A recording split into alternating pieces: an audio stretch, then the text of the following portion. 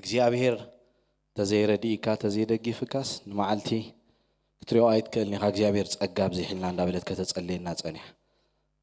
በዓቕምኻን በሓይልኻን ንማዓልቲ ትሪኦ ኔኻ እግዚአብሔር ጥራይ እንታይ ክገብረካሎ ክረድኣካ ኣለዎ እሱ እንተጽሊልልካ ይክፉ ነገር ክረኽበካ ዘይክእል እግዚአብሔር ምሕረቱ ዘብዝሓልና ህዝቢና ጸጉኡ ዝረኣና ደገፉ ዝረኣና ህዝቢና አምላክ መስከን ናብ ትምህርትና ክንቅጽሊና ብጸሎት ስለ ዝጀመርናዮ ዝሓለፈ ሰሙን ኣብ ሞንጎ ራእይን ብሉይ ኪዳን ዘሎ ምትእሳር ኣው ኢና ጠጠው ኣቢልናዮ ዮሐንስ እንታይ ኢልና ነርና ክንጅምር ኮለና ኣብቲ መእተዊ ዮሐንስ ማለት ብሉይ ኪዳን ጽቡቕ ገይሩ ዝፈልጥ ሰብ ከም ዝነበረ ርኢና ነርና ካብ ብሉይ ኪዳን ብዙሕ መጽሓፍቲ ብዙሕ ጥቕስ እንዳጠቐሰ ንራእይ ዮሐንስ ታይ ከም ዝገበሮ ከም ጸሓፎ ኦሙን ሐዋርያ ከም ዝነበረ ንኣምላኽ ኣዝዩ ዝፈርህ ከም ዝነበረ ርኢና እንታይ ዓይነት ሪፈረንስ ተጠቂሙ ካብ ብሉይ ኪዳን ካብ ምንታይ መጽሓፍቲ እዩ ተጠቂሙ ወይ እውን ኮት ገይሩ ክንሪኦ ኢና ኣብ ሞንጎ ራእይ ዮሐንስን ብሉይ ኪዳን ዘሎ ምትእሳር ካብ ብሉይ ኪዳን ከባቢ 7-8 ዝኾኑ መጽሓፍቲ እንታይ ከም ዝገበረ ካብኡ ኮት ከም ዝገበረ እዩ ምስ ዮሐንስ ክንሪኦ ከለና ክነጽንዖ ከለና ንርኢ ካብ ዘፍጥረት ከባቢ 13 ዝኾኑ ሪፈረንስ ወሲዱ ካብኡ እንታይ እንዳገበረ ከምቲ ዝበልኩም ዮሐንስ ንብሉይ ኪዳን ጽቡቕ ገይሩ ዝፈልጦ ሰብ ከም ዝነበረ ኣብቲ መእተዊ ርኢና ነርና ስለዚ ካብ ዘፍጥረት ከባቢ 13 ዝኾኑ ነጥብታት ኮት ከም ዝገበረ ከም ዝጠቐሰ መወከሲታት ከም ዝወሰደ ኣብቲ መጽሓፍ ራእይ ዮሐንስ የርኤና ካብ ዘጸአት ከባቢ 27 ኣብ ዘጸአት ተርኢናዮ እግዚአብሔር ኣምላኽ ንእስራኤላውያን ካብ ግብጽ ከውፅኦም ከሎ ክንደይ ትእምርትን ተኣምራትን ገይሩ 10 ዓበይቲ ትእምርትን ተኣምራትን ገይሩ ሰማይ ካብ ሰማይ ሓዊ ውሪዱ በረድ ኣንበጣ ጻጸ ጸልማት ዝርምሰስ ጸልማት እንዳበለ ኣው ትእምርትን ተኣምራትን ገብር ከሎ ኣብ ራእይ ዮሐንስ ከይና ክንሪኦ ከለና እቲ ጸረ ክርስቶስ ኣብቲ ናይ 7 ዓመት ዝኸውን መከራ ዝወርድ ኣው ከም ዝተገለጸ ተመከራው ከም ዝኸውን እንደገና ብ15-16 ከዓ መዓት ዝሓዙ መላእኽቲ ናብ ምድሪ እንታይ ከም ዝገብሩ መዓት ከም ዘፍስሱ ይነግረና ስለዚ ካብ ዘጸአት ብዙሕ እግዚአብሔር ኣምላኽ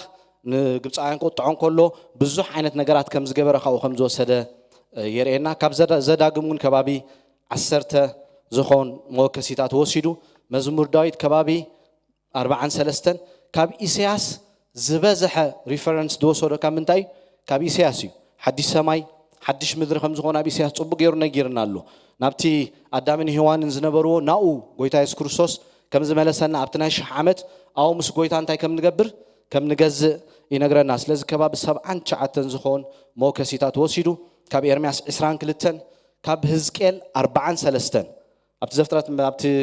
ራእይ ዮሐንስ ምዕራፍ 1 ሕዝቅኤል ምዕራፍ 1 ከይና ክንሪኦም ከለና እንስሳ ሪኦም ክልቲኦም ብፍላይ ሕዝቅኤል ክሪኦ ከሎ እንታይ ኢሉ ሰብ ንስሪ እንደገና እንታይ ብዕራይ እንዳበለ ክሪኦ ከሎ the same ka ዮሐንስ ካብ ምዕራፍ 1 ክሪኦ ከለና ንሪኦ ስለዚ ካብ ዳንኤል ከባቢ ክንደይ ወሲዱ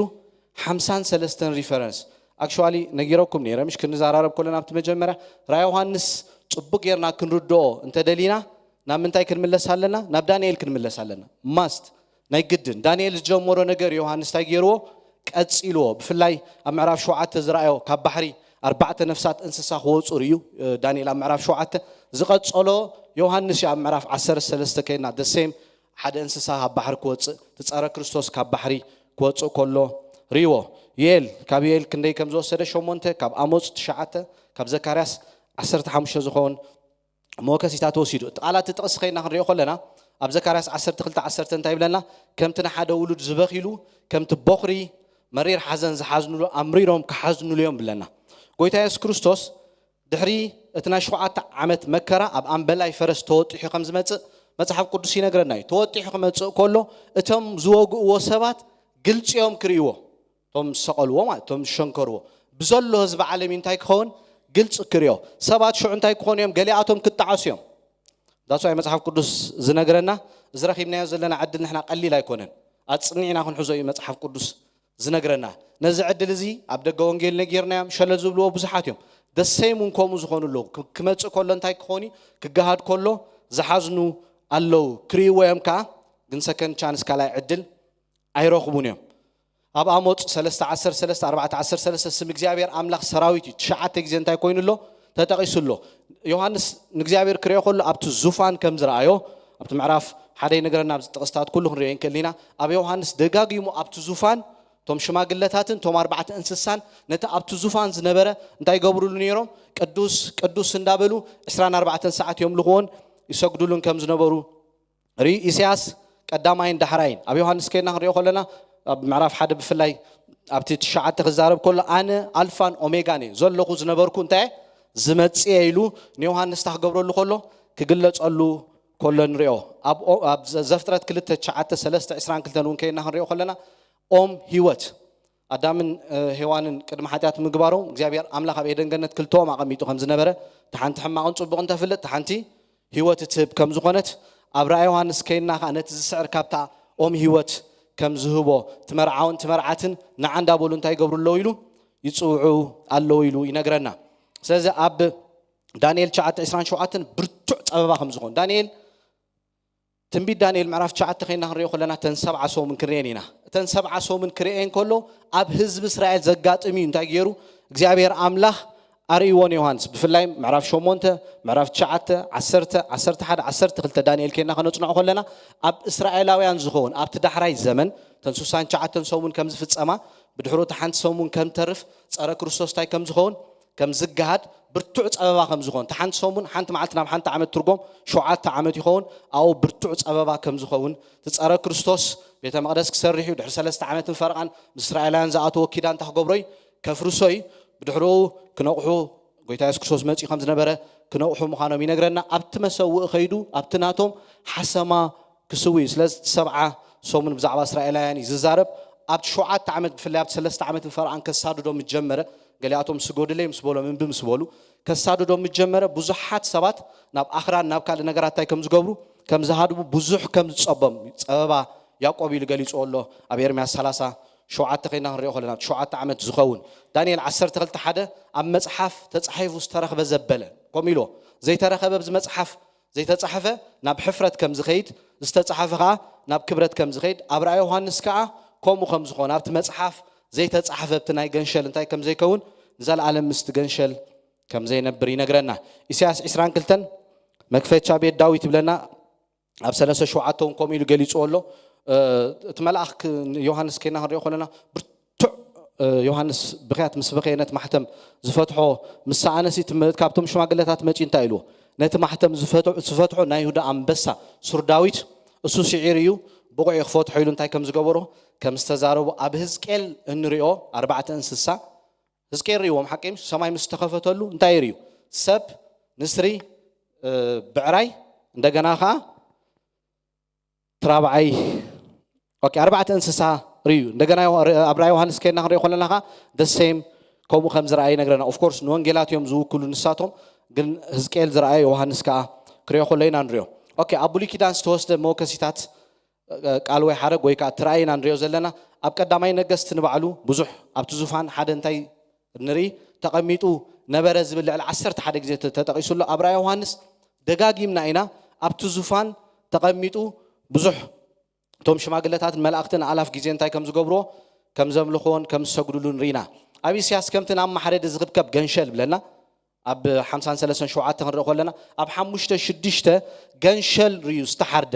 ኣብ ርእሱ እንታይ ኣለዎ ኢልና ነርና ቀርን ኣለዎ ኣብ ግንባሩ እንታይ ኣለዎ የዒንቲ ተሓሪዱ ካብ ነገድ ካብ ኣህዛብ ንኣምላኽ ዝኾኑ ካህናትን መንግስትን ንኣቦ እንታይ ከም ዝገበረሉ ከም ዘምጻሉ ኣው እቶም 24 ሽማግለታት ኣላፍ ግዜ ኣላፍ ቅዱስ ቅዱስ እንዳበሉ እንታይ ክገብርዎ ከለዉ ከምልኽዎ ከለዉ ንየሱስ ኢና ንሪኦ ኣምልኾ ክትወስድ ንስኻ እንታይ ኢኻ ብቑዕ ኢኻ ኢሎሞ ኣምልኾ ክወስድ ብቑዕ ዝኾነ ወዲ ኣምላኽ ኢና ነምልኽ ሕዝቅኤል 14:21 4 ቡርታዓት ፍርደ ይብልቶም ማሕተም ምስ ፈትሑ ቶም 4 እንስሳ ዝፍትሑ ክፍትሑ ከለዉ እንታይ ዝብለና ኣምበላይ ሃመር መጋል ቡላ እዚኣቶም በብሓደ እንታይ ከም ዝኾኑ ከም ዝገሃዱ ኣብቲ ናይ 7 ዓመት መከራ ብዙሕ ፀበባ ከምፁ ብፍላይ ጻዕዳ ፈረስ ነቲ ጸረ ክርስቶስ እዩ እንታይ ዝገብር ሪፕሬዘንት ዝገብር ዝውክል ንምድሪ እንታይ ከምፃላ ይብል ሰላም ህድኣት ኣብቲ ቁጠባዊ ኣብቲ ፖለቲካዊ ኣብ ኩሉ እንታይ ክገብር ኢሉ ሰላም ከምጽእ ኢሉ ንምድሪ እንታይ ከም ዝገብራ ከም ዘእምና ከም ዘታልላት ዓለም ከዓ እንታይ ከም ትገብር ከም ትቕበሎ ተሓሶት ናይ ሓሶት ነቢኻ እንታይ ከም ዝገብር ትእምርትን ተኣምራትን ከም ዝገብር ንዑ እንታይ ከም ንኽገብር ንዑ ንኽቕበልዎ ማለት እዩ ስለዚ ቶም 4 ኣፍራስ ኣብቲ ምዕራፍ 6 እንታይ ከም ዝኾኑ ከም ዝመጹ ይሬና መከራ ከም ዝኸውን ሕዝቅኤል ከም ዝራእዮቶም 4 እንስሳ ኣብዩኤል ምድሪ ኣብ ቅድሚኦም ራዕራዕ ትብል ሰማያት የንቀጥቅጥ ፀሓይን ወርሕን እንታይ ኾና ይጽልምታ ፍላይ እግዚአብሔር አምላኽ ኣብታ 3 ዓመትን ፈረቓን ንምድሪ በሓይል እንታይ ክገብራዩ ተራእዩ ዘይፈልጥ እታ ተፍርህን እታ ናይ እግዚአብሔር ዓባይ ፍርዲ ዝብላ በዓል ዩኤል ኩላቶም ኣብ ብሉይ ኪዳን ገሊጾማ ዘለዉ ሽዑ እንታይ ክትከውን እያ ክትገሃድ እያ እግዚአብሔር ቁጣ ዓመፅ ወረደ ናብ ምድሪ ብፍላይ ቶም መላእኽቲ 10 ከባቢ ቶም 7 መለኸት ክነፍሑ ከለዉ ኣብ ኢዶም እንታይ ከም ዝሓዙ መዓት ከም ዝሓዙ ናብ ምድሪ እንታይ ከም ዝገብርዎ ከም ዝኽዕዎ ኣውኻ ብዙሕ ነገር ከም ዝኸውን ብዙሕ መከራ ከም ዝኸውን ሰባት ካሃድሙ ይፍቱን ግን ኣይክእሉን እዮም ይብለና መጽሓፍ ቅዱስ ኣው ብርቱዕ ጸበባ ከም ዝኾን መጽሓፍ ቅዱስ ነጊርና ኣሎ ኢሳይያስ 3:4 ሰማይ ከም ብራና እንታይ ክኸውን እዩ ክጠቕለል እዩ እዛ ንብረላ ዘለና ምድሪ እንታይ ክትከውን እያ ናብቲ ዝፈልሕ ቃላይ ሓዊ ሓደ መዓልቲ ክትኣቱ እያ ጳውሎስ ክዛረብ ከሎ ኣብ ጢሞቴዎስ ቀዳይ ጢሞቴዎስ ምዕራፍ 6 ክዛረብ ከሎ ናብዚ ምድሪ ወላ ሓንቲ ሒዝና ይመጻናን ወላ ሓንቲ ሒዝና ኣይንከይኒና ኢሉ እንታይ ይገብር ይዛረብ እዚ ኣብዚ ምድሪ ነጥርዮ ዘሎ ንብረት ኩሉ ሓደ መዓልቲ እንታይ ክኸውን ክተርፍ እዩ ባዶ ኢና መጺና ባዶ ኢና ክንከይድ ወላ ሓንቲ ሒዝና ኣይንከይኒና ሓሳብ ኣምላኽ ክንርዳእ ኣብ ዓለም ዘሎ ናይ ዓለም ነገር ከይነፍቅር ግን ክንጥንቀቕ ኣለና ዴማስ ንዓለም ኣፍቂርዋ ኣብ ፍቕራ ወዲቑ ክዛረብ ከሎ ጳውሎስ ንጢሞቴዎስ ክጽሕፈሉ ከሎ ተታሒዙ ብፍቕራ ኣብ መወዳእታ እንታይ ኮይኑ ካብቲ ጉያ ንድሕሪት ከም ዝተመለሰ ይነግረና ኩሉ ሓላፊ እዩ ኣሕዋተይ ፍቓድ ኣምላኽ ዝገብር እዩ ዘለዓለም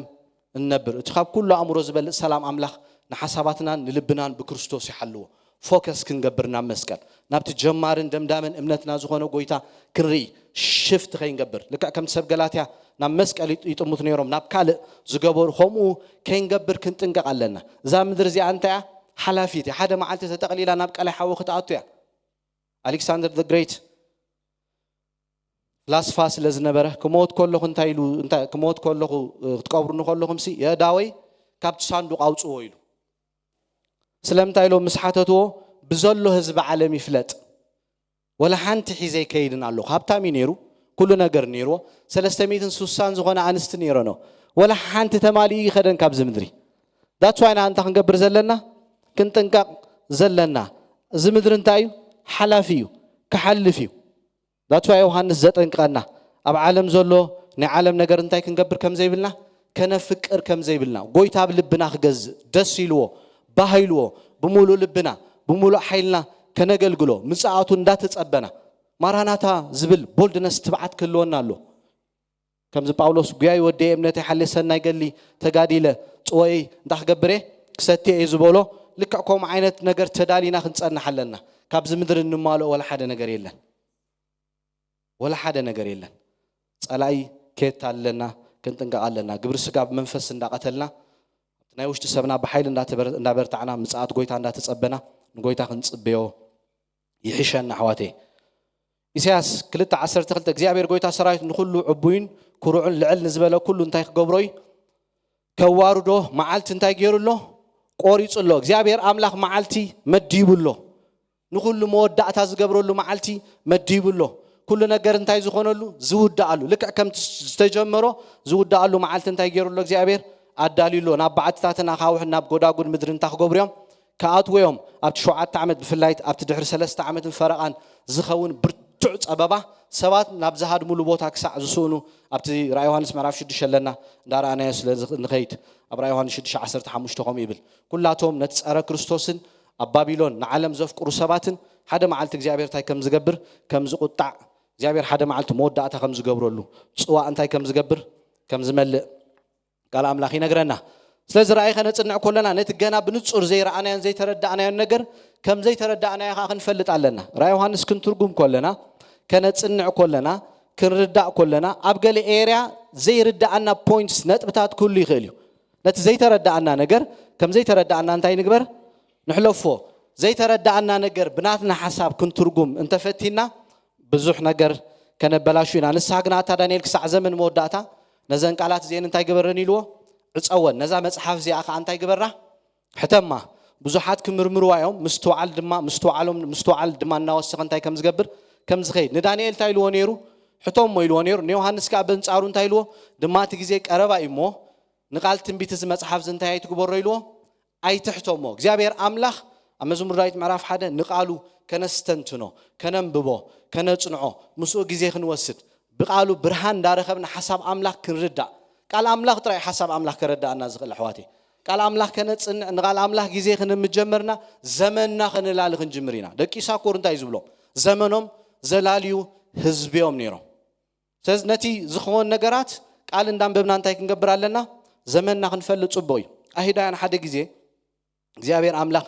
7 ዓመት ምስ ኣኸለ ክመልሶም ደልዩ ክመልሶም ምስ ደልየ ዝበዝሑ ኣሂዳውያን ኣብ ባቢሎን እዮም ተሪፎም ኣብ ባቢሎን ተሪፎም ኦሬዲ እግዚአብሔር አምላኽ በኤርምያስ ገይሩ ደብዳቤ ከይተረፈ እንታይ ይገብር ነይሩ ናብኣታቶም ይሰደሎም ነይሩ ናብ ባቢሎን ክንምለስ ኢና ድሕሪ 2 ዓመት ዝብል ሓሳብ ነቢያት ክዛረቡ ጀሚሮም ኖ 7 ዓመት ክመልዩ ኣብኡ ንበሩ ተፋረዩ ብዙሕ ኢልዎም ማለት እዩ ገሊኣቶም 7 ዓመት ምስ ኣኸለ ነቲ ግዜ ኣየላለይዎን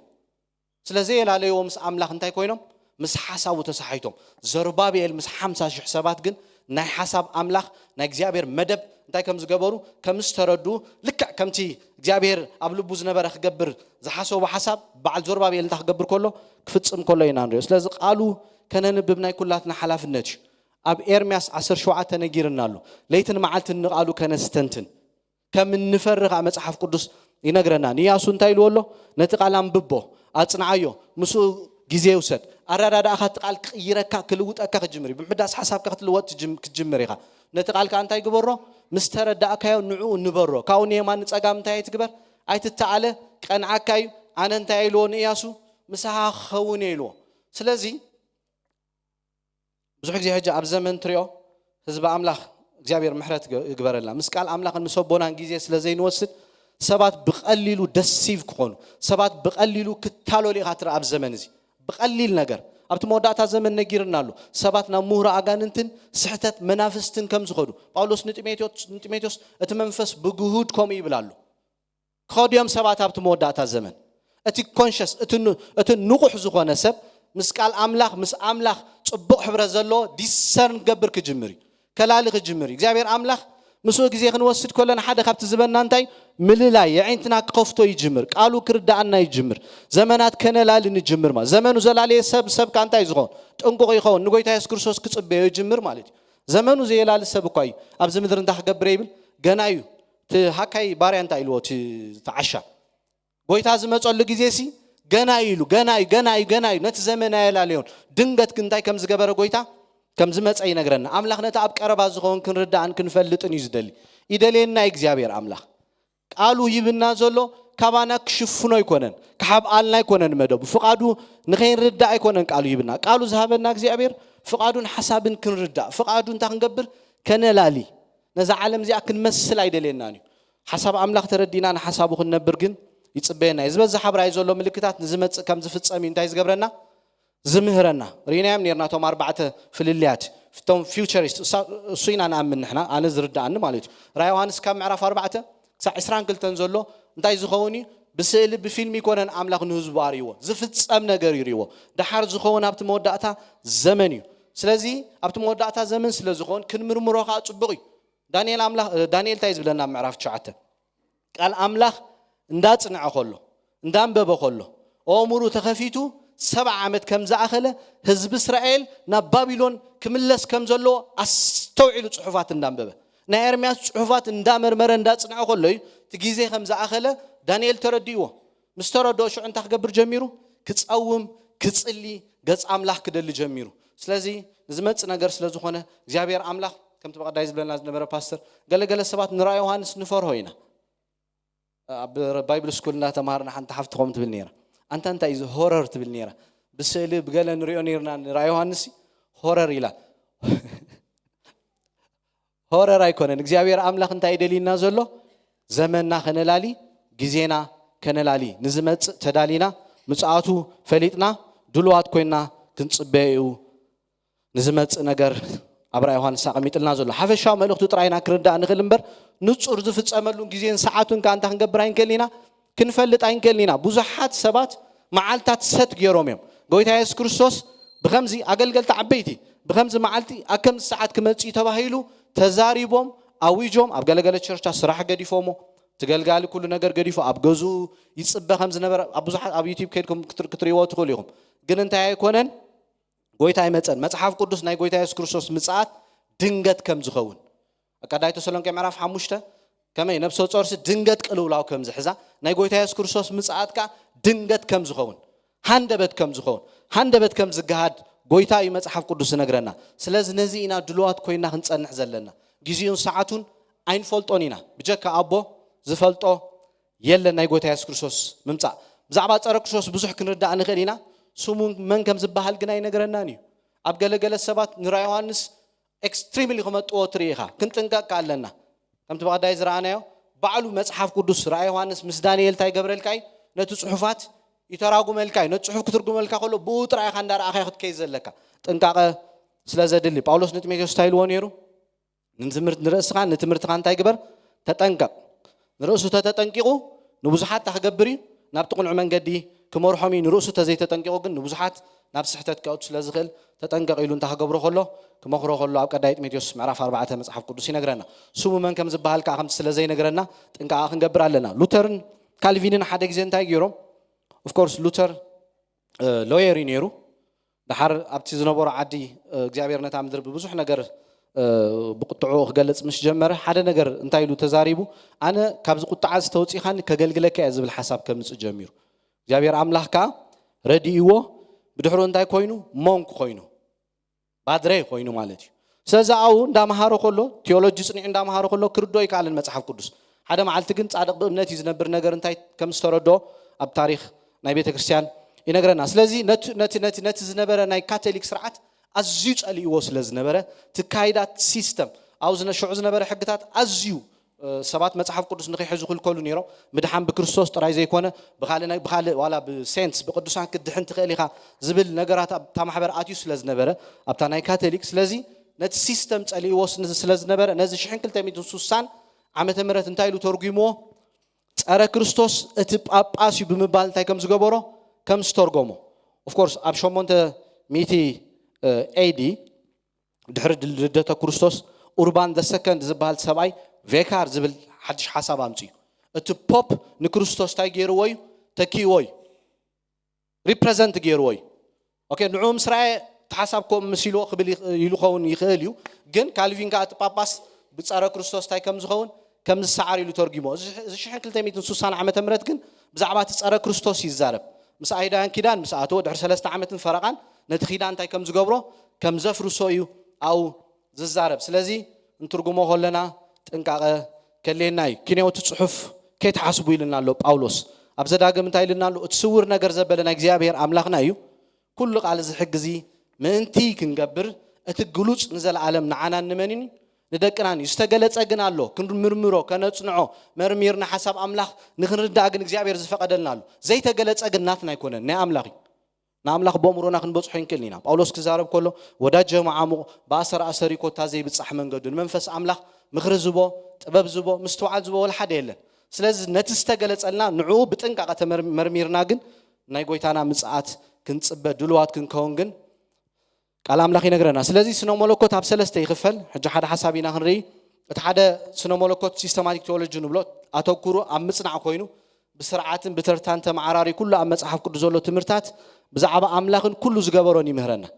ሲስተማቲክ ቴዎሎጂ ክንመሃር ወይ ከነጽንዕ እንተፈቲና ብዛዕባ ቃል ኣምላኽ ኣቦ ወዲ መንፈስ ቅዱስ ሰብ ብዛዕባ ኢስካቶሎጂ ብዛዕባ መጽአ እንታይ ከም ዝኸውን ብዛዕባ ቤተ ክርስቲያን ዝኩሉ እዚ ይምህረና ማለት እዩ ቴዎሎጂ ብሰለስተ ስለ ዝኽፈል ሂስቶሪካል ቴዎሎጂ ንብሎ ኣተኩሩ ኣብ ሰረተ እምነት ኮይኑ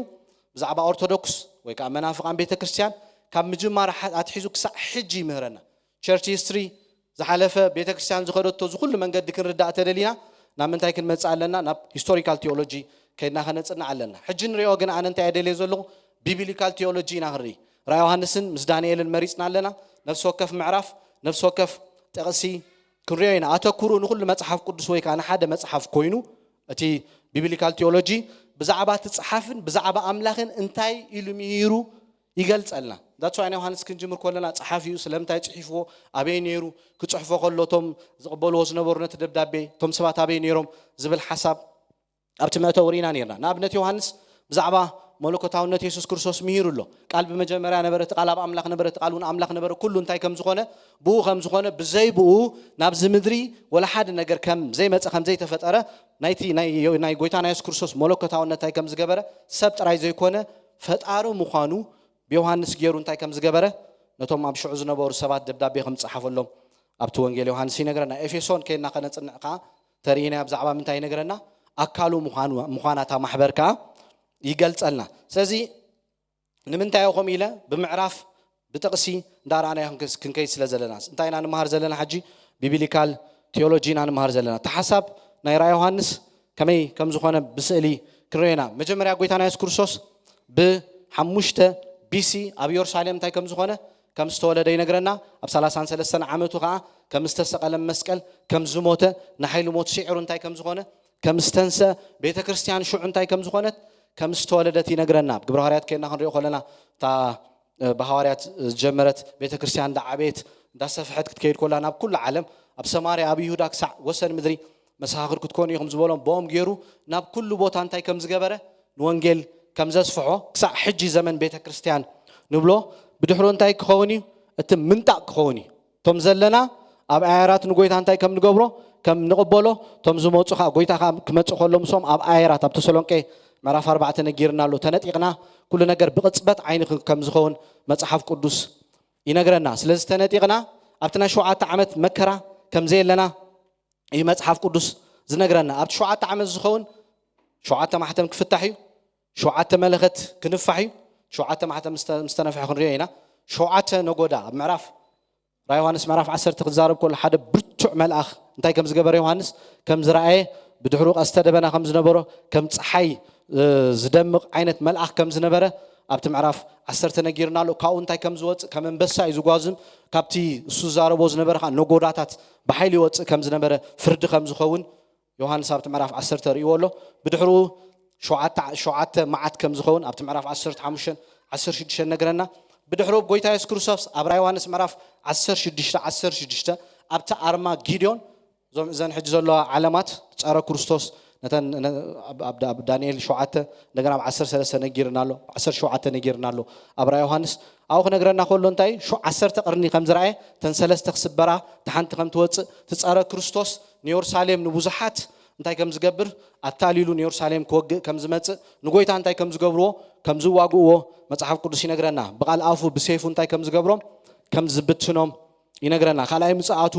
ክኸውን እዩ ብድሕሮ እንታይ ክኸውን እዩ 1000 ዓመት ምስኡ ክንገዚና ክሬና ትፍልልያት 1000 ዓመት ኣሎ የለን ዝብሉ ሓሳባት ኣሎ ንዑ እንዳራና ክንከይድና ስለዚ 1000 ዓመት ምስ ጎይታ እንታይ ከም ንገብር ኣብ ኢየሩሳሌም ተኣዳማውን እቲ አብርሃም ዝኣተወሉ ኪዳንን ንዳዊት ዝኣተወሉ ኪዳንን እንታይ ከም ዝኸውን ከም ዝፍጸም ስለዚ ነቲ ምዕራፋት ኩሉ ክንሪአና ቢብሊካል ክንመሃር ከለና ብዛዕባ ሓደ መጽሓፍ ክንመሃር ከለና ነፍስ ወከፍ ምዕራፍ መጀመርያ ክንትንክፎ ኣለና ብድሕሩ ነፍስ ወከፍ ምዕራፋት ምስተንከፍናዮ ብሓንሳእ እንዳተማሃርና ክንከይድ ከለና ጎይታ እንታይ ብመንፈሱ እንዳረዳእናን እንዳገለጸልናን ክኸይድ እዩ ስለዚ ምዕራፍ ሓደ ከይድና ክንሪኦ ከለና ኦኬ ካብ ሓደ ክሳዕ 22 ከይድና ክንሪኦ ከለና ሓደ ኣብቲ ጎይታ ኢየሱስ ክርስቶስ ንዮሐንስ እንታይ ከም ዝገበረሉ ከም ዝተገለጸሉ ይነግረና ኣብቲ ጥቕስ ከይድና ክንሪኦ ከለና እቲ ቀልጢፉ ዝኸውን እግዚአብሔር ኣምላኽ ንመን ከም ዝገለጸሉ ናይ ኣምላኽ ራእይ ናይ ክርስቶስ ራእይ ንባሮቱ ንመልአኹ እንደገና ብመልአኹ ገይሩ ንዮሐንስ ከም ዝገለጸሉ ኣብቲ ምዕራፍ ሓደ ኢንትሮዲውስ ዝገብር ከሎ ነዚ ቃል ትንቢት ዝሕልዎ ዝሰምዕዎ ዝእዘዝዎ እንታይ የሚሉሎ ብፁዓን የሚሉሎ ስለዚ ብደሙ እንታይ ከም ዝገበረና ከም ዝሓጸበና መንግስትን ካህናትን ገይርናሎ ይብለና ኣብቲ ምዕራፍ ሓደ ነቲ ዝዛረበኒ ዝነበረ ቁሊሕ ኢለ ክሪኦ ምስ ጀመርኩ ይብል ዮሐንስ ድምፁ ከም ብዙሕ ማያት የዒንቱ ከም ሃልሃል ተሓዊ ኣጋሩ ኣብ ሓጎረ ከም ዝረሰነ ዘንጸባርቕ ኣስራዝ ምስ ረኣኹ ከም ምንታይ ኮይነ ኢሉ ከም ሙት ኮይነ እንሆ ሞትን ህይወትን እንታይ ኢልዎ ኣሎ ኣብ ኢደ እዩ ኣነ ምስ ከፈትኩ ዝዓፁ የለን ምስ ዓፅኹ እንታይ ዝገብር የለን ዝኸፍት የለን ኢሉ ኣው ጎይታ ኢየሱስ ክርስቶስ ክግለጸሉ ከለይና ኣብቲ ምዕራፍ ሓደ ንሪኦን ዮሐንስ ኣብ ምዕራፍ 2-3 ነተን ማሕበራት እንታይ ክብለን ከሎ ጽሓፍ ናብተን ማሕበራት ናብተን 7 ማሕበራት ኢሉ ክገልጸሉ ከሎ ናብተን ማሕበራት ጽሓፍ ክብሎ ከሎ ኣብ ኢዱ እንታይ ሒዙ ነይሩ ከዋኽብቲ ሒዙ ነይሩ እንደገና ኣብ ዙርኡ ከዓ 7 ቀንዴል ከም ዝነበሮ 7 ቀንዴል ንቤተ ክርስቲያናት ከም ዝውክል እቶም ከዋኽብቲ ነተን ንቤተ ክርስቲያን ዝመርሑ ኣገልገልቲ ምዃኖም መጽሓፍ ቅዱስ ይነግረና ስለዚ ካብ ጳጥሞስ ኮይኑ እንታይ ኢልዎ ንኤፌሶን ስሜርና ጴርጋሞስ ቲያትራ ሳርዴስ ፊላደልፊያ ሎዶቅያ ናብዘን ማሕበራት እዚአን እንታይ ግበር ኢልዎ ጽሓፍ ጎይታ ኢየሱስ ክርስቶስ እቲ የዒንቱ ሃልሃል ተሓው ዝኾነ ዮሐንስ ዘይርዮ ኣብዘን ማሕበራት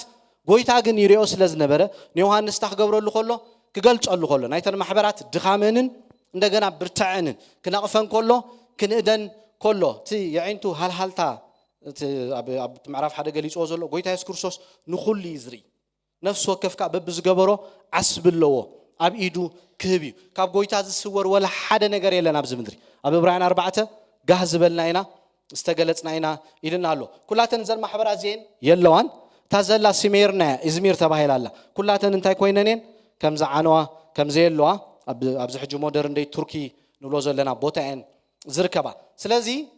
ኣብ ምዕራፍ 4 እንታይ ከም ዝገበሮ ደገ ከም ዝረኣየ ክፉት ደገ ንዓና ምንታይ ኢልዎ ናብዚ ደይብ ከርኤካ ብዛዕባ መጻኢ ዝኸውን ዝፍጸም ነገራት እንታይ ክገብረልካ ኢልዎ ከርኤካ ንዓን ደይብ ኢሉ እንታይ ከም ዝገበረሉ ከም ዝገለጾሉ ኣብቲ ምዕራፍ 4 ነገረና ስለዚ ምስ ደየበ ኣው ዝረኣየ ዮሐንስ እንታይ እዩ ናብ ሰማይ ወሲድዎ ተነጢቆ ኸይዱ ኣው ዝረኣዮ ብውሽጥን ብደገን የዒንቱ ዝመልኡ ኦኬ ቶም 4 እንስሳ ዝበልናዮም በዚ እንታይ ኢሉ ሰብ ንስሪ ብዕራይ ኣንበሳ ከም ዝረኣየ ኩሉ ዓይንቶም ኣክቹዋሊቲ ተዓይኒ ዋላ ህዝቅኤል ይዎ ነይሩ እግዚአብሔር ኣምላኽ ንኩሉ እንታይ ከም ዝገብር ከም ዝርእን ከም ዝምርምር ናብቲ ዙፋን ምስ ወሰዶ ኣው 24 ሽማግለታት 24 እንታይ ከም ዝረኣየ ዙፋናት ከም ዝረኣየ ነጎዳ በርቂ ካብቲ ዙፋን ክወፅእ ከሎ ዮሐንስ ከም ዝረኣየ ኩላቶም ቶም ኣው ዝነበሩ ሽማግለታትን ቶም 24 ቶም 4 እንስሳን ንስኻ ኢኻ ንኩሉ ፈጢርካ ንኩሉ ኻ እንታይ ትገብረለኻ ብህይወት ተንብረለኻ ቅዱስ ቅዱስ እንዳበሉ እንታይ ገይሮሙሉ ብለና ሰጊዶሙሉ ይብለና ካብ ምድሪ ናብ ሰማይ ተነጢቁ መዓልቲ ጎይታ ብመንፈስ ኮንኩ ይብል ኣብቲ ምዕራፍ 1 17 18 ከም ኢሉ ብመዓልቲ ጎይታ እንታይ ኮይነ ነይረ ኢሉ ብመንፈስ ኮይነ ነይረ ሕጂ ኣብዚ ምዕራፍ 4 ብመንፈስ ኮይኑ ናይ እግዚአብሔር ነገር ኣብቲ ናይ እግዚአብሔር ህልውና ኣትዩ ናይ እግዚአብሔር ነገር ክርእን ከስተውዕልን እግዚአብሔር ኣምላኽ ንዮሐንስ ታክገብረሉ ከሎ የዒንቱ ከፍተሉ ከሎ ኢና ንሪኦ ስለዚ ኣብቲ ምዕራፍ 5 ኣብ 4 እሱ ምስ ረኣየ ሓደ ብርቱዕ መልኣኽ ኣክቹዋሊ መጽሓፍ ሪ ብደገን ብውሽጥን ዝተሓተመ ሲል ዝኾነ 7 ማሕተም ዘሎ ግን ማንም ክፈትሖ ኣይክእልኒ ስውር እዩ ኣብ ሰማይና ምድሪ ነቲ መጽሓፍ ንዑ ነቲ ማሕተም ዝፈትሕ ምስተሳእለ ዮሐንስ ኣምሪሩ ከም ዝበኸየ መጽሓፍ ቅዱስ ይነግረና ሓደ ካብቶም ሽማግለታት መጽኡ ኣይትብከ ትናይ ይሁዳ አንበሳ ሓይሉ ሞት እንታይ ዝገበረ ዝሰዓረ ሱር ዳዊት ንሱ ነቲ ማሕተም ታክገብሮ ክፈትሖ ብቑዕ እዩ ኣብቲ ዙፋን ዝተሓርደ ገንሸል ርዩ ኣላፍ ጊዜ ኣላፍ ኣሻሕ ጊዜ ኣሻሕ እንታይ ከም ዝገብርዎ ከም ዘምልኽዎን ከም ዝሰግዱሉን ንኣቦ ካህናትን መንግስትን እንታይ ከም ዝገበረ ተሓሪዱ ህይወት ይቡ ከም ዝዓደገሉ ዮሐንስ ኣብቲ ምዕራፍ 5 ክርኢ ከሎ ንሪኦ ስለዚ ካብቲ ሕጂ ትጅምር ካብ ምዕራፍ 6 ክሳዕ ምዕራፍ 18 ኣብቲ ናይ 7 ዓመት ዝኸውን ናይ መከራ ጊዜ ቤተክርስቲያን ኣብዚ እንታይ ክትኮነ ሕጂ ክትንጠቕያ ክትለዓልያ ስለዚ ነቲ ማሕተም ከይተፈትሖ ከሎ እግዚአብሔር ኣምላኽ እንታይ ከም ዝኸውን ማሕበሩ ከም ዝእክብ ብድሕሪቱ ናይ 7 ዓመት ናይ ፀበባ መከራ ከም ዝኾን ኣክቹዋሊ እስከ መጽሓፍ ቅዱስና እንዳኸፍናዮ ሞንኺት ነቲ ምዕራፋት በብሓደ ንሪኦ ስለ ዘለና ንዑሪና ድሓር ናብ ምዕራፍ 1 ተመሊስና ክንሪኦ ከለና ድሓር ኣይክንሽገርኒ ኢና ስለዚ ኣብቲ ምዕራፍ 6 እንታይ ዝብለና ነቲ ማሕተም ቀዳማይ ምስ ፈትሖ ኣምበላይ ፈረስታይ ከም ዝኾነ ዋይት ሆርስ ብሎ ከም ዝወፀ ይነግረና ስለዚ ካብ ምዕራፍ 6 ቤተክርስቲያን ቅድሚ ምዕራፍ 6 እንታይ ኮይና ኣላ ተነጢቃ ኣላ ምስ ኣቦ እንታይ ኮይና ኣለና ተኣኪብና ኣለና 7 ናይ መከራ ዓመት ቤተክርስቲያን ከም ዘየላ እዩ መጽሓፍ ቅዱስ ዝነግረና ስለዚ ካብ ምዕራፍ 6 ክሳዕ ምዕራፍ 18 ዘሎ ብሙሉእ ብዛዕባ ኣብቲ 7 ዓመት ዝኸውን ቀልጢፉ ዝፍጸም ቀልጢፉ ዝኸውን ንዮሐንስ ታክገብረሉ ከሎ ገልጸሉ ከሎ ኢና ንሪኦ ስለዚ ምስ ተነጠቕና ንሕና እንታይ ክንከውን ኢና ዓስቢ ክንቅበል ኢና እዛ ኣብ ምድሪ ንነብሮ ኩሉ ጸብጻብ ክንበሉ ኢና ሓደ መዓልቲ እግዚአብሔር ተጻባጻባይ ኣምላኽ ትምህርቲ ይብካ ሃብቲ ይብካ ፍልጠት ይብካ ስራሕ ይብካ ጸጋ ይብካ ንኩሉ ሓንቲ ብሓንቲ እንታይ ክገብር እዩ ክጻባጸብ እዩ ከም እግዚአብሔር ኣምላኽ ዝጻባጸብ ኣምላኽ የለን ኩሉ ዝሃበና ሓተና ኩሉ ዝሃበና ካብ ምንታይ ኣውዒልናዮ ሕተት ኢና ብغوي አንታይ ዝገብረና ዝሽልመና ንርእስና እንድሕር ነብር ተነርና ዓስብ ከም ዘይብልና መጽሓፍ ቅዱስ ሓደ ገልጋሊ ክዛረብ ከሎ እንታይ ኢሉ ገሊኣቶም ንኣምላኽ ብሓይል ብዝምድሪ ብጭካነ ንፍቃዱና ሓሳቡን ስለዝነብሩሲ ኣኽሊላት ክበዝሖም ይበን ከም ዝሽከምዎ ኢሉ ገለገለ ከዓ ሰብ ኣኽሊል እንዳተሸለመ ንዝሽለሙ ጥራይ እንታይ ክገብር እዩ ክርኢ ይብለና መጽሓፍ ቅዱስ ማለት ካብዚ ይባልሃና እግዚአብሔር ይዕንትና ይኽፈት ነቲ ዝሞተልናን ህይወት ዝሃበና ናብ ክንዳና በጃ ዝኾነ ኣምላኽ ንዑ ክንነብር ይርዳአና ሓደ ክንዲ ኩላቶም ሞተቶም ዘለው ነቲ ዝሞተሎም እንታይ ክኾኑ መታን ክነብሩ ኢሉ ጳውሎስ ተዛሪብሎ ምንባርና ዕላማና ንዑ ክንነብር ኣለና መስቀል እንዳርኣና ናብቲ ጀማርን ደምዳምን እምነትና ዝኾነ ዶንት ፎከስ ናብ ሰብ ፎከስ ኣይትግበሩ ናብ ሰባት ፎከስ ክትገብሩ ተጀሚርኩም ክትድርብይዎ ኢኹም ዳንኤል ኣብ ምዕራፍ 6 እንዳንበሳ ክድርበ ከሎ ናብቶም ኣናብስ ኣይኮነን ፎከስ ገይሩ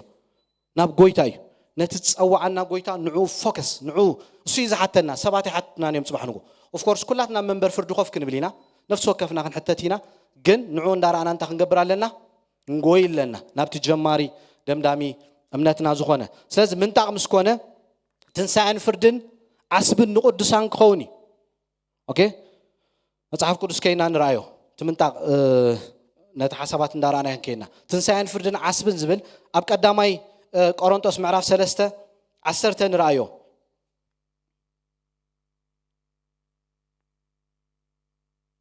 ሰብ ቆሮንቶስ አሸገርት ስለዝነበሩ ጳውሎስ ክጽፈሎም ከሎ ኣብ ተቀዳማይ ደብዳቤ ኣብ ማእከሎም ጉጅለ ምግባር ብግሩፕ ፈላለዩ ነይሮም ርክሰት ነይሩ ምንዝር ነይሩ ብዙሕ ብልሽውና ኣብቲ ማሕበር ስለዝነበረ ክጽፈሎም ከሎ ሓደ ሓሳብ ተዛሪዩ ብዘይቲ ቀዳይ ቆሮንቶስ ምዕራፍ 3:10 ብዘይቲ ስሩት መሰረት ንሱ ኢየሱስ ክርስቶስ ካልእ መሰረት ሓደ እኳ ክስርዝ ዝኽእል የልቦን እሞ ኣነ ከም ዝተዋህበን ጸጋ ኣምላኽ ብልሓተኛ ሃናጽ ኮይነ ነቲ መሰረት ኣይገበርክዎ ሰረትኮ ረዮ ሕጅብ ዘሎ ቃል ሓደ ካልእ ኣብ ልዕሊኡ ይሃንጽ ነፍስ ወከፉን ከመይ ገይሩ ከም ዝሃንጽ ይጠንቀቕ መጽሓፍ ቅዱስ ደጋጊሙ ንቑሓት ኩኑ ተጠንቀቑ ክንጥንቀቕ ከም ዘለና ደጋጊሙ ይምህረና ስለዚ ከመይና ክንሃንጽ ከም ዘለና እግዚአብሔር አምላኽ ዝሃበና ዘበለ ጸጋ ከመይ ጌርና ከነሽርፎ ከም ዘለና ተጠንቂቕና ኣብታ ማሕበር ክርስቶስ ታይ ክንገብር ከም ዘለና ክንሃንጽ ከም ዘለና ይነግረና ኣሎ ጳውሎስ ሓደ እኳ ኣብ ልዕሊ ዛ መሰረት እዚኣ ወርቂ ብሩር ክቡር እምኒ ወይ ዕንጨይትስ ወይ ሳዕሪ እንተሰርሐ እታ መዓልቲ እቲኣ ብሓዊ ክትግለጽ እያ እሞ ይብለና ኣብ ማቴዎስ ምዕራፍ 6:1 ዘፍርሃኒ ቃል ኣሎ ዘፍርሃኒ እግዚአብሔር አምላኽ ንፈሪሳውያን ክሪኦም ከሎ እንታይ ኢልዎም ኣሎ ግቡዛት ኢልዎም ኣሎ አክተርስ ድራማ ዝሰርሑ ዝዋሱ ኦኬ ኣብዚ ምድሪ ክትዋሳእ ትኽእል ኢኻ ሰባት ልብሰብ ሓሳብ ሰባት ክምርምሩ ስለ ዘይክእሉ ኣብ ቅድሚ ሰባት ብዙሕ ድራማ ክትሰርሕ ትኽእል ኢኻ እግዚአብሔር አምላኽ ግን ኣይዕሾን እዩ ኩሉ ትገብሮ ዘበለ እንታይ ገብሮ እዩ ይርአዩ ስለዚ እታ መዓልቲ ክትግለጽ እያ ክትቀልዖ ኢኻ ክትጋሃድ እያ ካብኣኻ ዝመልእ ቆልዓ ሓደ ሰብ የለን ኦኬ ዓድኻ ይጣዕመካን ትወፅእ ከና ይጣዕመካን ትቕይር ቢዝነስ ትጅምር ካልእ ቢዝነስ ትቕይር ካብ መንበር ፍርድ ግን ወላ ሓደ ዝመልቕ የለን ኣብቲ ዙፋን ኮፍ ምስ በልና እታ መዓልቲ ምስ ተጋህደት እታ መዓልቲ እንታይ ክትገብረና እያ ክትቀልዓና እያ ግብሪ ነፍሲ ወከፍካ እንታይ ክገብር እዩ ክጋሃድ እዩ ናይ ነፍሲ ወከፍ ግብሪ ንግብሪ ነፍሲ ወከፍ ከዓ ከመይ ምዃኑ ተሓዊ ክፍትኖ እዩ ቸክ ክገብሮ እዩ ተሓዊ ክፍትኖ እዩ بتخكل دينا أملاك نبيرو ويس نرأسو تحاول تشك جبري سب قبل عليو سب تقبل علو تهنسعيو أنت أنا علو أنت يجبري عصبي قبليو عصبو قبليو مالتي يا بير أملاك سلا زفرج قفع أملاك يكونن كله تجبرون تخافلوا عجا زرع أملاك كم سبع يكونن جابير كم تزخد كايو كم جبر خان تاي جبركا يفديكا أدون بزيق زبال ሓደ ንጉስ ታይገሩ ንነገስታት የማኔት ኢዶምን ተዓባይ እግሮም እንታይ ገብሮም ነይሩ ይቆርጾም ነይሩ አይሁዳውያን መን ከም ዝነገሮም ይሁዳ ትራይብ መን ከም ዝነገሮ አምላኽ ሕነኽ ፈድስ ስለዝደለ ልክ ሒዞም እንታይም ገይሮሞ ኢዱን እግሩን ቆሪጾሞ ሓደ ቃል ተዛሪቡ እግዚአብሔር አምላኽ ከም ኢደ ይብኒ ከም ዓስበይ ከፊልኒ እግዚአብሔር አምላኽ ዓስቢ ዝህብ አምላኽ እዩ ንአምላኽ ክንፈርሆ ኣለና الزينة غنفورو لنا حدا كابتي أبناء أموصن هوسيين جيزي زغر من نغرتاي تهزبي حدا سبعي ناب حان سبيت قيدو آتي منزيروس مليسو قاودوس نابتا سبيتي آتو እግዚአብሔር አምላክ ከምዘለ እግዚአብሔር በበዓል ሆሴ በበዓል አሞጽ ገይሩ ተመለሱ አካይዳኩም ሕማቅ አሎ ንቃልዎት አማልክት ተምሉ ይኹለኹም ካህናት ጉቦሎም ኢዶም ነቢያት ሓሶት ክዛረቡ ጀሚሮም እዚ ኩሉ ክኸውን ከሎ እግዚአብሔር አምላክ ክምለሱ ደጋጊሙ ተዛሪቦ ሓደ መዓልቲ በአሶር መንግስት ገይሩ ታይ ከም ዝገበሮም ከም ዝወሰዶም ይነግረና ስለዚ እግዚአብሔር ዝብለና ቃሉ ከነቅልበሉ ጽቡቕ እዩ መጀመሪያ ጥበብና አምላክ ምፍራይ አምላክ ክንፈርሆ ኣለና እግዚአብሔር ዓቢ ዛክፖነ እንታይ ዝብል እግዚአብሔር አባ ሓጎኹም ኣይኮነን ብል አባ ሓጎኻ ጌጋ ገይሩ ከምዚ ሸለል ዝብለካ ዓይነት እግዚአብሔር ኮሞ ዓይነት አምላክ ኣይኮነን ቅዱስ እዩ ዓቢ እዩ ክፍራህ ዘለዎ ኸ አምላክ እዩ ዓስቢ ክቕበል እዩ ትዕዮ እንተነደደ ግና ዓስቡ እንታይ ይገብር እዩ ክስእን እዩ ንርእሱ ግና ክድሕን እዩ ግና ከምቲ ብሓዊ ሓሊፉ ዝድሕን እዩ በዓል ጳውሎስ እዚ ኩሉ ጉዮም ኣኽሊል ክቕበሉ እዩ እዚ ኩሉ ዝጎይዎ ዝነበሩ ንሽልማት እዩ ኣብ ቀዳይ ጢሞቴዎስ ምዕራፍ 4:6 ክዛረብ ከሎ ጉያይ ወዴ እምነተይ ሓሌ ሰናይ ገሊ እምነት ተጋዲለ ኣምላኽ ንዓይ ኣኽሊል ኣዳሊለ ኣሎ ሕጂ ክስዋኤ ክኸይደ ናይ እምነት ኣቦታትና እዛ ኣብነት እዚ ኮያም ገዲፎምልና ከይዶም ሰብ ኣብ ዓለም ዘሎ ንዓለም ከፍቅር ተጀሚሩ ልጓም ዘይብሉ እዩ ዝኸውን ፈሎ ይልቀቕ ማለት እዩ ስለዚ ኣምላኽ ዓስቢ ክህብ እዩ ዓስቢ እንዳሓሰብና ከነገልግል ጽቡቕ እዩ ዳትዋያን በዓል ጳውሎስ እኮ እዚ ኩሉ ነገር ኣብ ህይወቶም ክወርዶም ከሎኮ ጥዒሞም ማእስ ኮይኑ ይሓልፉ ነይሮም ግን ነቲ ጎይታ እንዳራዩ ዓስቢ ዝህብ እንዳሓሰቡ ዓስቢ ክቕበሉ እንዳሓሰቡ ይጎዩ ስለ ዝነበሩ እዮም ስለዚ ካብ ትንሳኤ ማንም ከትርፎ ከም ዘይደልኒ ጳውሎስ ኣብ ቀዳይ ኣብ ፊልጵ ምዕራፍ 3 ነጊሩሉ ኩሉ እንድሕሪት እንዳረስዐ ናብ ቅድሚት ናብ ተዓስቢ እንዳተመጣጠረ ናብ ምሽላም ናብ ዓስቢ ካብኡ ከትርፎ ዝደሊ ካብ ጎይታ ከትርፎ ዝደሊ እንዳደርበ እንዳሓደገ ናብ ቅድሚት ክኸይድ ከሎ እዩ መጽሓፍ ቅዱስ ዝነግረና ስለዚ ኣብ መጽሓፍ ቅዱስ ከም ኢልና ካልኣይ ቆሮንቶስ ምዕራፍ 5 9-10 እውን ንራዮ ነፍስ ወከፍና ነታ ብስግኡ ከሎ ዝገበሮ ሰናይ ኮነ ወይ እከይ ምእንቲ ክቕበል ኩላትና ኣብ መንበር ፍርዲ ክርስቶስ ብግዲ ክንገሃድ ኢና በማ ይብሎ ኮፍ ክንብል ኢና ንዓኻትኩምን ንዓናን ሓደ መዓልቲ ኮፍ ከብለና እዩ ዘይሓድግ ኣምላኽ ስለ ዘሎ ጻድቕ ስለ ዝኾነ ኣብ ኣምላኽ ጉቦ የለ መህደም የለ ማለት እዩ ኮፍ ምስ በልካ ታዝ ዝኸድከያ ታዝ ገበርከያ ኣብ ወፃእን ኣብ ደገን በኣ እንታይ ገብረካ ይፈርደካ ስለዚ ድማ ኣብ ስፍራና እንታ ኣሊና ወይ ኣብ ወፃኢ ንዑ እንታ ክንገብሮ ከንሐጉሶ ንፅዕር ኣለና ይብለና ስለዚ ሽልማት ክኸውን እዩ ኦኬ ምስ ተነጠቕና ኣብ መጽሓፍ ቅዱስ ብዛዕባ ፕሪ ትሪቡሌሽን ኣብ 4 ይኽፈሉ ኦኬ 4 ቪው 4 ኣጠማምታ ኣሎ ቤተክርስቲያን መጀመርያ ዳ ትንጠቕ ኣብ ማእከል ዳ ትንጠቕ ኣብ መወዳእታ ዳ ትንጠቕ ዝብል ሓሳብ ኣሎ ቶም መጀመርያ እንታይ ኢሎም እዮም ዝኣምኑ ፕሪ ትሪቡሌሽን ቅድሚ መከራ ታ ከምቲ ዓንቶይ ዝበልኩም ቤተክርስቲያን እንታይ ትኾን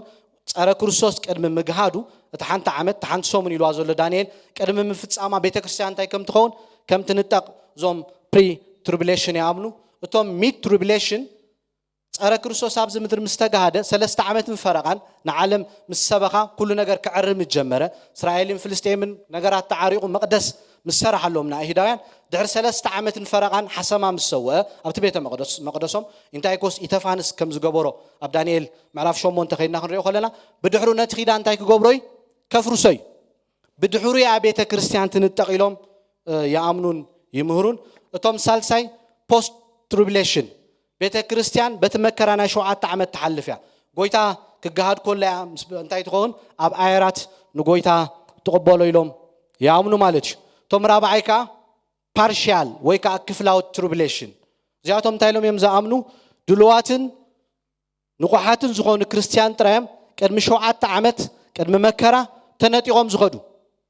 ኦኬ እዚ ሕጂ one saved always saved ዝብል እምነት ትምርታት ንኣማኒ ፓራላይዝ ገይርዎ እዩ ትፈልጡ ዲኹም ፓራላይዝ ገይርዎ እዩ መጽሐፍ ቅዱስ ዝነገረና ግን ጎይታ ድንገት ከም ዝመጽእ ተዳሊና ክንጸንሕ ከም ዘለና ድንገት ይኸውን ነዚ እንዳራው ኩሉ እንታይ ይረአ ነይረ አንጌሊካ በዓል አንጌሊካን ቸርቻታ በዓል ዓዲ እንግሊዝ ዘለዋ ሕጂ እንታይ ፈቂደን ኣለዋ ክርስቶስ ይስበኽ ኣብቲ ፑልፒት እንታይ ፈቂደን ኣለዋ ሆሞሴክሹዋልስ ጌ ሌዝቢያንስ መርዓ ክገብሩ ከለውሲ ክባርኽዎም ፈቂዶም ኣለዉ ሕጂ ብቲ ቸርች بلس قبروهم قال كيدان ولا كوات زي أسروهم سي يباركوهم أمدري كم دليت كان دا نبركا كم دليت كان دا تملالسكا ناي قويتانا فقط سمعات زي بالكا بحساب كان بفقاد كان تجزي كان حساب كان نفقاد كان اندانا بركا كم يجيرنا خن نتقنا حسب مصحف قدس كومي مهرناني إفيسون معرف حدك ساعة معرف سلسته أملاخ بود بكريستوس زجبرنا نجاري مهرنا بمنت بتسقعنا دحينا بجبرنا يكوننا دحينا جن كاب معرف 4 ساعة شديشته كن كونو زلنا يز نجرنا نتستوعنا للصوعة بقعد كوينا كن ملالس في مصحف قدس زنجرنا ready كن كون نقويتها مساعات خنصبه كنا فوقه باولوس مارانات هايلو أب كورنثوس كزارب كله سمعاتو نافقوتو دليتو هنجر نيروم نأمن تابوتاتنا مساعاتو ندا تتصبي يوم حليفو محرت كبرنا أملاك completely كو مساعات زين سب كله زمن عندنا بزعبا مساعات زين ذكروا له زمن أبز مدرنا نبرينا نمثل that's why سب ready تخويني زتنقق ready تخوينو حتى أتكتسأليو ready تخوينو قفعن على ما تمنيتن كحدقيو كدالو يزدلي that's why باولوس ጸጋ አምላክ ተጋሂዱሎ ምድሓና አምጪው ናይት ብሩህ አምላክና ጎይታና ኢየሱስ ክርስቶስ ምጽአት እንዳተጸበና ይሉ ግፍዕን ዓለማውነትን ክሒና ከመጌርና በቅድስና ከምንነብር መጽሐፍ ቅዱስ ዝነግረና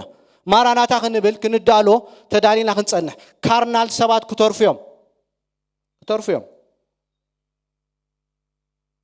ምትራፋሎ መጽሐፍ ቅዱስ ይዝመረና ድልዋት ክንከውን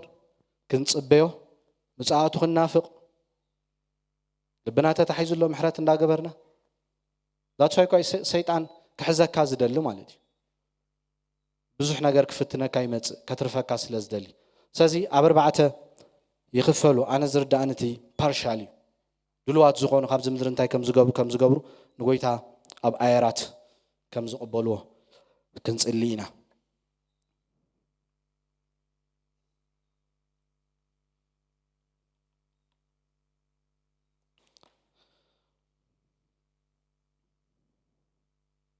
ዮሐንስ كزارب كل حواتي انت إلنا له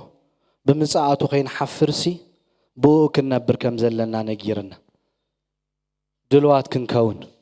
نقحات كنكون استدالنا كنكون قفعي على ما تمنيت كحينا نقويتانا تستبجونا كنصبه بقدسنا بصدقي رخصت زبله قبر السقا زبله كنعلي بمنفس تملالسو مو قبر السقا كتفصمون يقوم إلنا له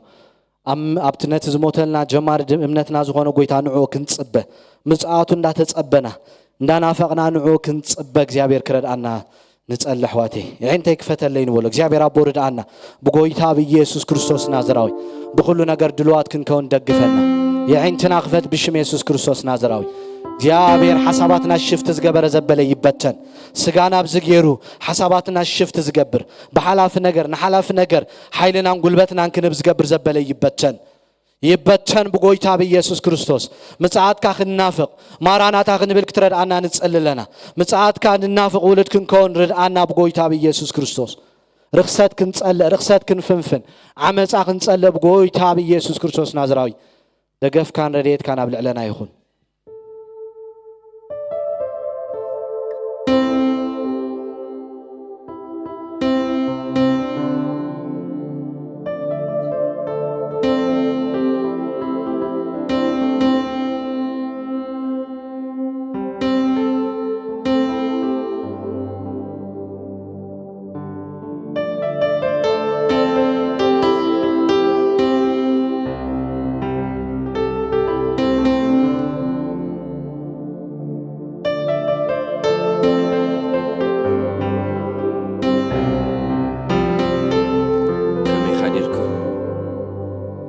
حديركم كاب كلام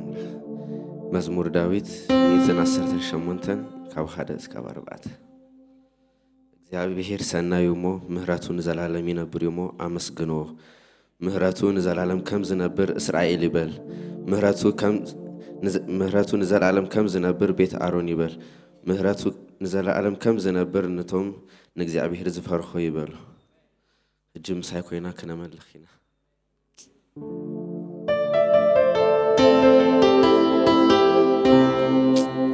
ካብዘለና ይኻፊልና ከነመልኺና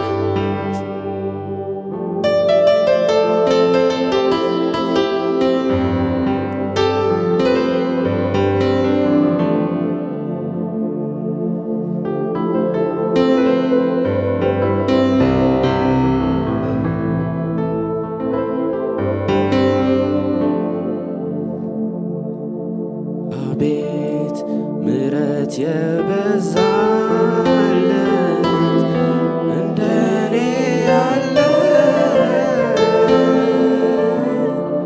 እንደኔ ያለ ሰው አቤት ጸጋ የበዛለት እንደኔ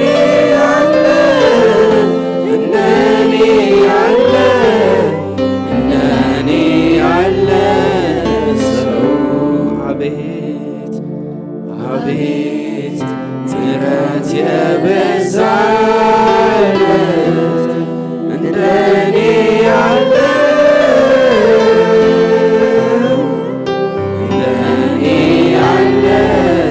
ሰው አቤት ጸጋ የበዛለት እንደኔ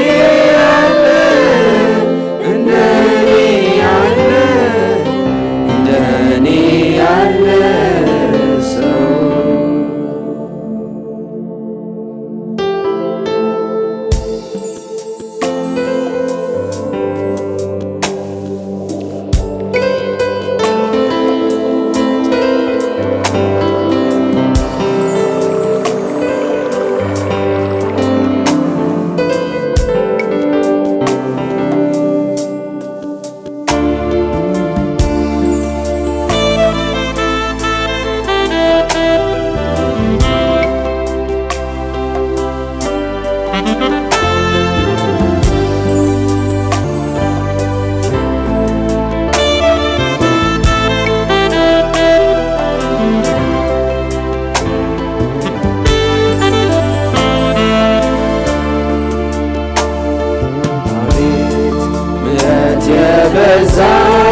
የበዛለት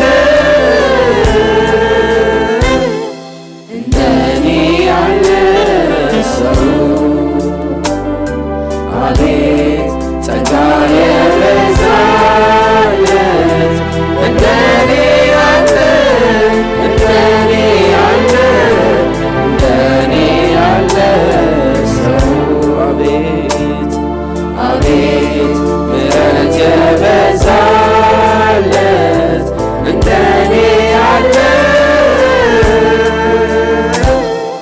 እንደኔ ያለ ሰው አቤት ጸጋ የበዛለት እንደኔ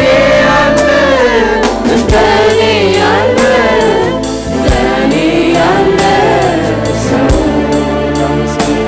ያመስግንህ እንጂ ስላደረግለት ሌላ ምን ቃል አለው? ላመስግንህ እንጂ ስላደረግለት ሌላ ምን ቃል አለው?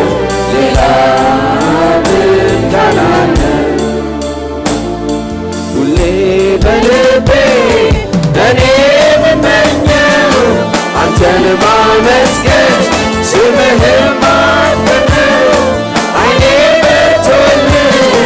የውስጥ ሐሳቤ ክብርህን አይቼ ልኑር ተግቤ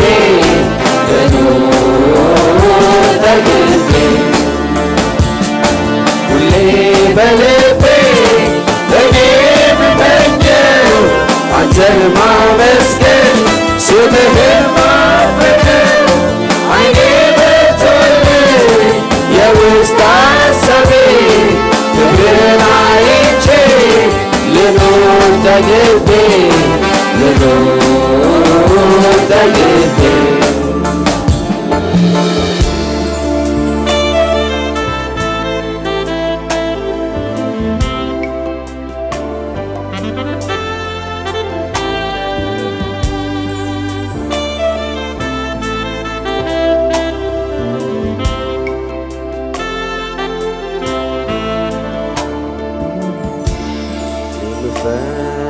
ምፈልገው አንተን ነው አንተን ነው አንተን ነው ሌላው በሙሉ ቀሪ ነው ቀሪ ነው ቀሪ ነው እኔ ምፈልገው አንተን ነው አንተን ነው አንተን ነው ሌላው በሙሉ ቀሪ ነው ቀሪ ነው ቀሪ ነው እኔ ምፈልገው አንተን ነው ሌላው በሙሉ ቀሪ ነው ሁሌ ምናፍቀው አንተን ነው ሌላው በሙሉ ቀሪ ነው ቀሪ ነው ቀሪ ነው ቀሪ ነው ቀሪ ነው ጠፊ ነው ጠፊ ነው ጠፊ ነው ጠፊ ነው ጠፊ ነው እኔ ምፈልገው አንተን ነው አንተን ነው አንተን ነው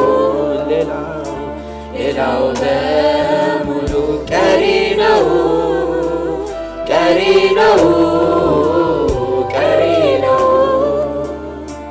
እኔ ምፈልገው አንተን ነው ሌላው በሙሉ ቀሪ ነው ሁሌ ምናፍቀው አንተን ነው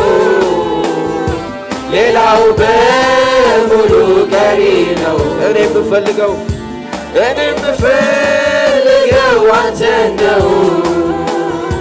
ሌላው በሙሉ ቀሪ ነው ሁሌ ምናፍቀው አንተን ነው ሌላው በሙሉ ቀሪ ነው ቀሪ ነው ቀሪ ነው ቀሪ ነው ቀሪ ነው ጠፊ ነው ጠፊ ነው ጠፊ ነው ጠፊ ነው